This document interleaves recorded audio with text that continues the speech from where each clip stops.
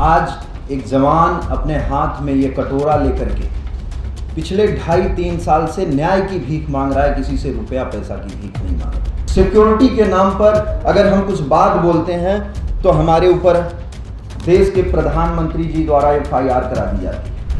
अगर हम अपना न्याय मांगते हैं हाथ में कटोरा लेकर के तो हमारे ऊपर FIR कराई जाती है। आपके साथ भी ऐसा ही बर्ताव? बिल्कुल, हमारे साथ हर जवान के साथ ये बर्ताव होता है और जो भी जवान अपने स्वाभिमान के लिए जो बात उठाता है उसको किसी भी प्रकार से दबाया जाएगा। जवान जो सीमा की रक्षा करने के लिए जाता है, जिसका काम बंदूक उठाना है, दुश्मन को जवाब देना है, उससे आप ट्रे उठवा रहे हैं, जूता पालिश करवा रहे हैं, ये तो ठीक नहीं है कतई। जय हिंद। मैं अपने संपूर्ण भारतवर्ष को नमन करता हूँ, प्रणाम करता हूँ। और आज एक जवान अपने हाथ में ये कटोरा लेकर के पिछले 2.5-3 साल से न्याय की भीख मांग रहा है, किसी से रुपया पैसा की भीख नहीं मांग रहा, न्याय की भीख मांग रहा है। और ये न्याय की भीख ये कटोरा लेकर के नेता विपक्ष रहे राहुल गांधी जी जब नहीं थे तब भी उनके मंच पे मिला था और ये कटोरा मेरे हाथ में था। और वही नहीं, देश के रक्षा मंत्री महोदय, देश के तमाम मैं नेताओं से मिला, ऐसा कोई नेता नहीं मैंने अपने गले में डाला कि हिंदुस्तान में नेता नहीं, दो गले हैं। सच्चे नेता की तलाश है, जिंदा मीडिया की तलाश है। लेकिन मीडिया वालों ने देखा तो मुझे मुंह फेर लिया। और आज हम इस मंच पे जो बैठे हैं, हम सौगंध ले रहे हैं, चारों लोग हाथ आगे करके, भारत माँ की कसम खा करके कि हम चारों लोग हिंदू हैं, हम चारों लोग हिंदू हैं। लेकिन आज हमारे देश को किस दौर में खड़ा किया जा रहा है हमें पता नहीं। हमें तो पता चल रहा है लेकिन हमारे देश के उन लोगों को नहीं पता चल रहा है जो इस संघर्ष में नहीं है, जिनको ये दिखाई नहीं दे रहा है शायद, या दिखाया नहीं जा रहा है।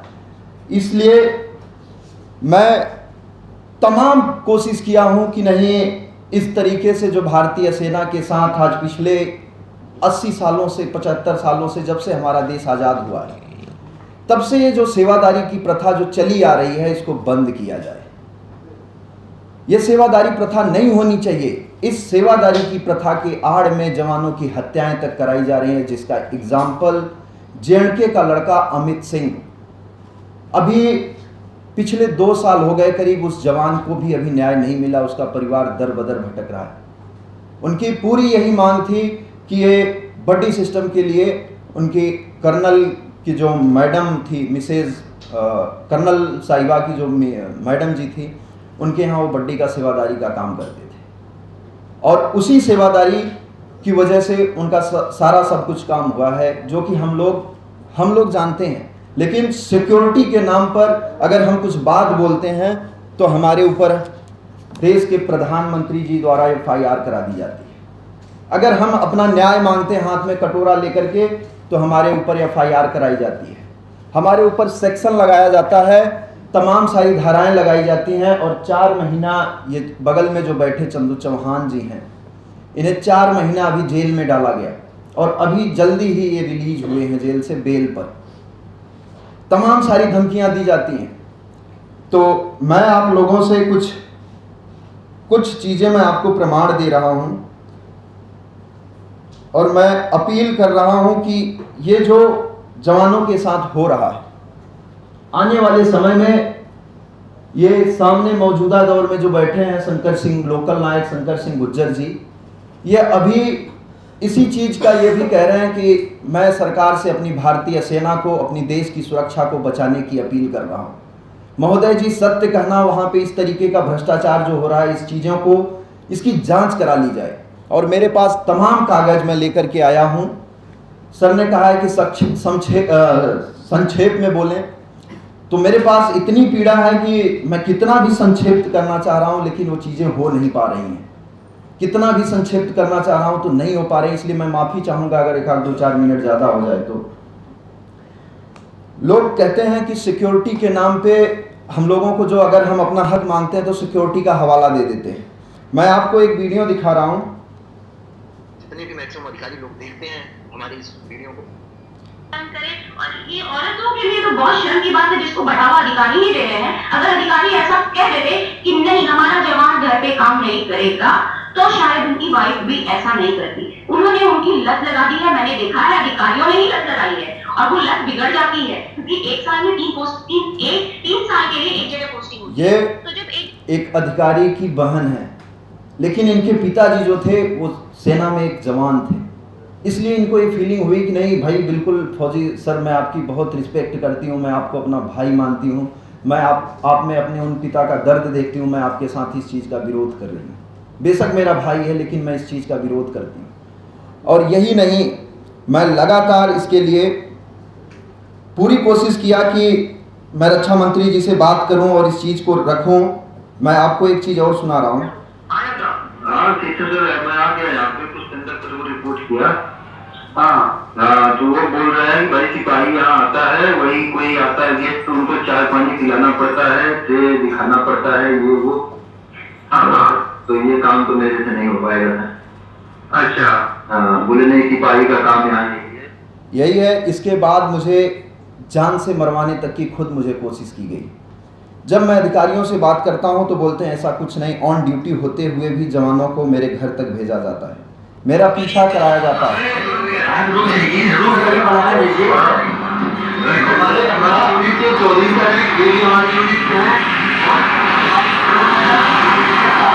सभी लोग बोल रहे हैं हमारी ये लोग 4-5 लोग आए हुए हैं और ये लोग हमारे माँ को जाके धमकियां दे रहे हैं। ये है। फिर इसके बाद जो और मैं एक आपको और वहाँ का वीडियो दिखा रहा हूँ।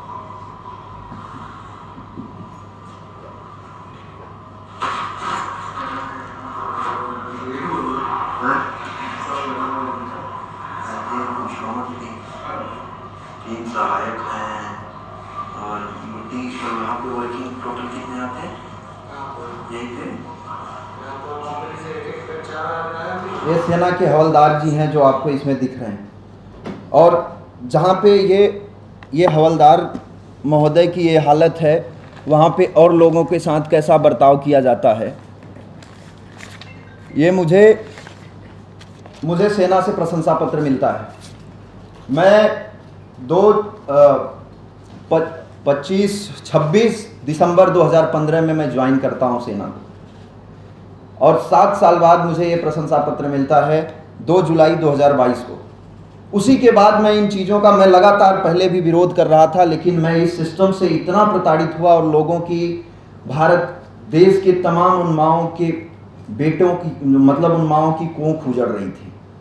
मैं इन चीज़ों को देख रहा था। इस चीज़ के लिए जब मैं विरोध किया तो कुछ अधिकारी गण थे जिन्होंने कहा कि तू सेना को बदल, तो फौज को बदलना चाहता है, फौज इसी दस्तूर पे चलेगी। मेरी 4-5 पुश्तें हैं। तो इन सारी चीज़ों की एक और छोटी सी मैं ऑडियो क्लिप, अभी जस्ट सुबह भी मुझे एक फ़ोन आया। मैं आपकी इस चीज़ को रिकॉर्ड कर रहा हूँ। इसमें क्या आपका जो मेन एकदम एक्चुअली जो चीज़ है क्या हुआ था? ऑन ड्यूटी जवान है, उसको बताइए था। ये हुआ था CDS रतनगांव साहब और जनरल नरवाने साहब आए थे विजिट करने के लिए JROP पोस्ट काजीगंगा। जी। उसके बाद विजिट करने के बाद चले गए तो हम अपनी गाड़ी में बैठे, मैं चौथी गाड़ी में था और वो था फर्स्ट गाड़ी में। तो आगे चल के गाड़ी हुआ इसमें काजीगंगा आयरन ब्रिज के पास, जो कि पहाड़ियों के बीचों बीच था। ब्रिगेडियर राजीव कपूर सर बात करनी है तो मैं जो कि सैटेलाइट टेलीफोन है आई है, मैं उससे बात करा देता हूँ। तो उसने मेरे को गाली देते हुए कहा पैसा खा गई, ये करते हो वो करते हो। गाली है ना ये, इसमें उन्होंने जैसे जो शब्द बोला था वो उसमें रिकॉर्ड हो गया। ऐसे मत तो इसके बाद बस ठीक है, आप अपनी बात कहिए, उसको भेज दीजिएगा सबको ऑडियो। ठीक है। इसके बाद मैं आपको बहुत सारे दर्द हैं और उसी चीज़ के लिए ये सारे लोग जो बैठे हैं उसी चीज़ों से प्रताड़ित हैं। इसमें थोड़ी बहुत मुझको जानकारी है और इस पर काम किया तो मैं आपको बताऊं, हिरार्की तो हमारे समाज की समस्या है सर। ये जो ऊंच नीच पदानुक्रम है, इसका निचोड़ ऊपर वाले के पास नीचे वालों की पीड़ा के लिए नहीं है। जब तक इन चीजों पर एक व्यापक बहस नहीं होगी, एक फ्यूडल एनार्की क्यों जारी रहने दी जाए? और आप लोग कर सकते हो। मैं जानता हूं कई सारी चीजों को मीडिया के साथियों ने विसंगतियों को दूर करवाया। ये उसी तरह का क्षण है और इसलिए आपसे अपेक्षा हमने आपके माध्यम से की थी। ओके, हाँ, ये चंदू जी, ये सभी जवानों के साथ होता है, लेकिन अगर कोई मुंह खोलता है तो उसे, मैंने आपको बताया कि यहाँ तक कि जान से मरवा दिया जाता है लास्ट तक। अगर वो नहीं मानता, उसे ये कहा जाता है कि तेरे घर में कोई IAS है, IPS है, तो नेता है, नेता के घर का बेटा है। ऐसा कहते हुए मुझे खुद, मैं नाम लेकर के बता रहा हूँ, कर्नल बेलू मुरुगन महोदय थे हमारे CO। जब उनसे हमारी यही बात हुई तो बोले तेरी बहन क्या है? मैंने बोला सर सिपाही। बोले सिपाही की यही औकात है जो तुमसे कराई जा रही। मुझे बंद करके करो, अन्यथा तो मैं किसी लायक नहीं छोड़ूंगा, ना फौज लायक ना सिविल लायक। और आज वही हमारी हालत हुई है कि हम ना फौज लायक हैं और ना सिविल लायक हैं।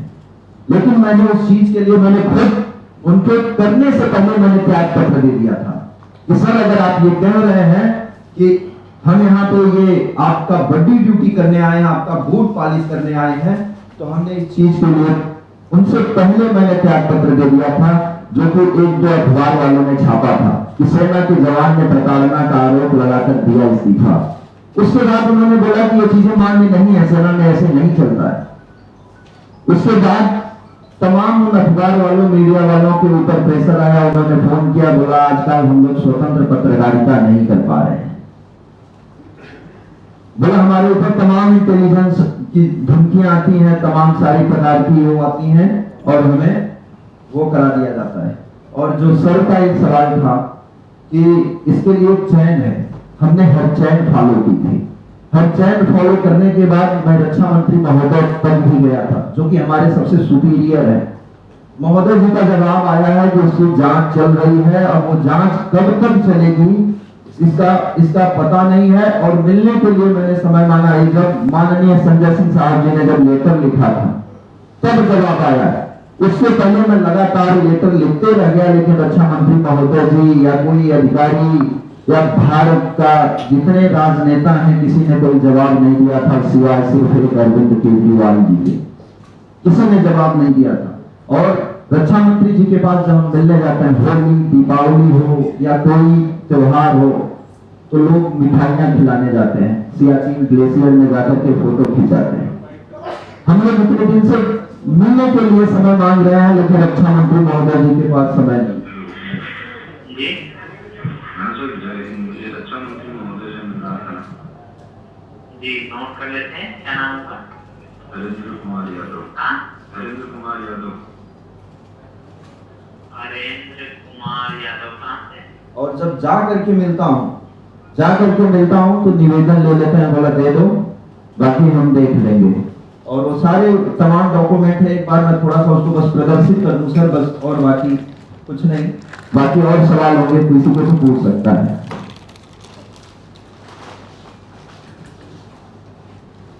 ये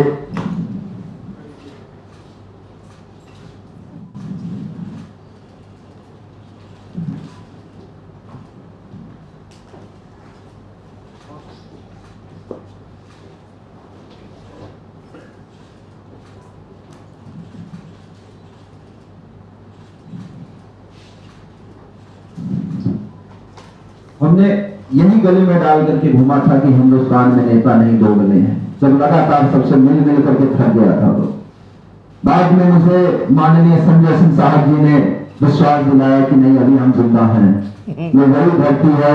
मैंने इनसे पूछा था कि ये वही धरती है जिससे भगत सिंह, चंद्रशेखर आजाद, सुभाष चंद्र बोस, महात्मा गांधी जैसे महान क्रांतिकारी नेता पैदा हुए थे। आज क्या हो गया कि एक फौजी से कोई बात नहीं कर सकता, किसी की हिम्मत क्यों नहीं। मैं कह रहा हूं प्रधानमंत्री महोदय जी से और तमाम नेता, जो रक्षा मंत्री महोदय जी हैं, गृह मंत्री महोदय जी, एक अग्निवीर स्कीम आई है। मैं कह रहा हूं अग्निवीर स्कीम पे महोदय जी मुझसे बैठ करके, अगर हिम्मत है, सुरक्षा सलाहकार महोदय जी, रक्षा मंत्री जी, प्रधानमंत्री जी, गृह मंत्री जी, मुझसे चर्चा कर लें। ये देश की सुरक्षा के साथ खिलवाड़ है, देश की सुरक्षा के साथ खिलवाड़ है, सिर्फ पेंशन की बात नहीं है।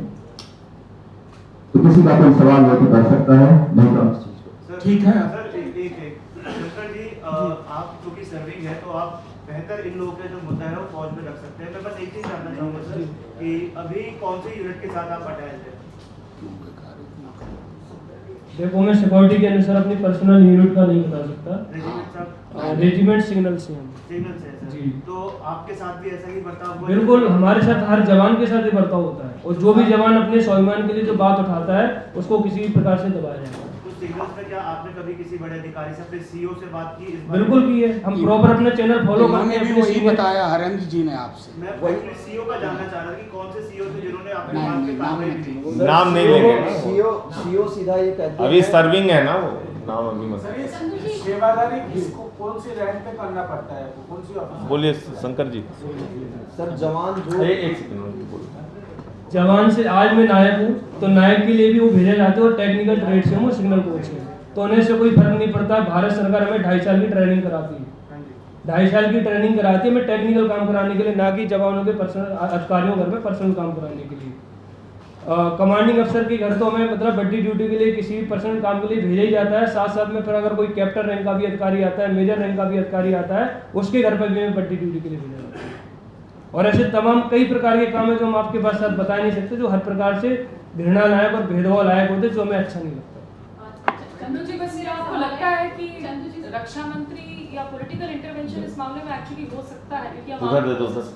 नहीं, ये मैं संजय जी या मनोज जी आपसे पूछ रही हूँ, क्या पॉलिटिकल इंटरवेंशन एक्चुअली इस मामले में हो सकता है? नहीं, या बिल्कुल। आर्म फोर्सेस का, क्योंकि इतना अलग नहीं। सिस्टम है, सैक्रोसैंक्ट माना जाता है। देखिए, ये आर्म्ड फोर्सेस का स्ट्रक्चरल प्रॉब्लम नहीं है, ये हमारे समाज में जो फ्यूडलिज्म है उसका रिफ्लेक्शन है।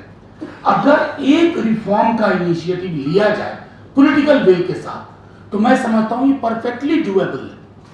हम आर्मी में तो बहुत सारी संरचनात्मक बदलाव ले आए, लेकिन ये जो एक विसंगति है, एनोमली है, ये तो आराम से दूर किया जा सकता है with the political will. Mindset बदलना जरूरी। नहीं, देखिए क्या है कि भाई आपको दीजिए उसको महीने के लिए जो पैसा देना है उसको सैलरी दीजिए, अलग अलग प्यून के कामों के लिए उनको आप रख लीजिए।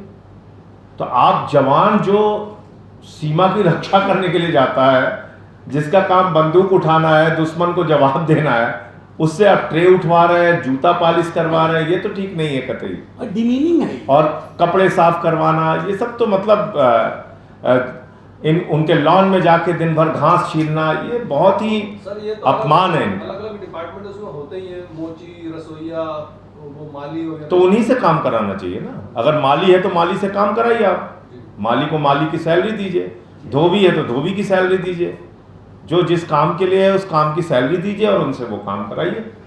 जवान तो गया है देश की रक्षा के लिए, और यही देशवासियों की मंशा भी है। तो जैसे हरेंद्र भाई कई बार निराश हो जाते हैं, ऐसा नहीं है। मनोज झा जी जैसे लोग और बहुत सारे में हमारे साथी सांसद ऐसे हैं राज्यसभा लोकसभा में, जो आपकी पीड़ा को समझते भी हैं और वो आपकी पीड़ा के साथ हैं। इसके लिए चिंता मत कीजिएगा, आगे और इसको हम लोग विस्तार देंगे।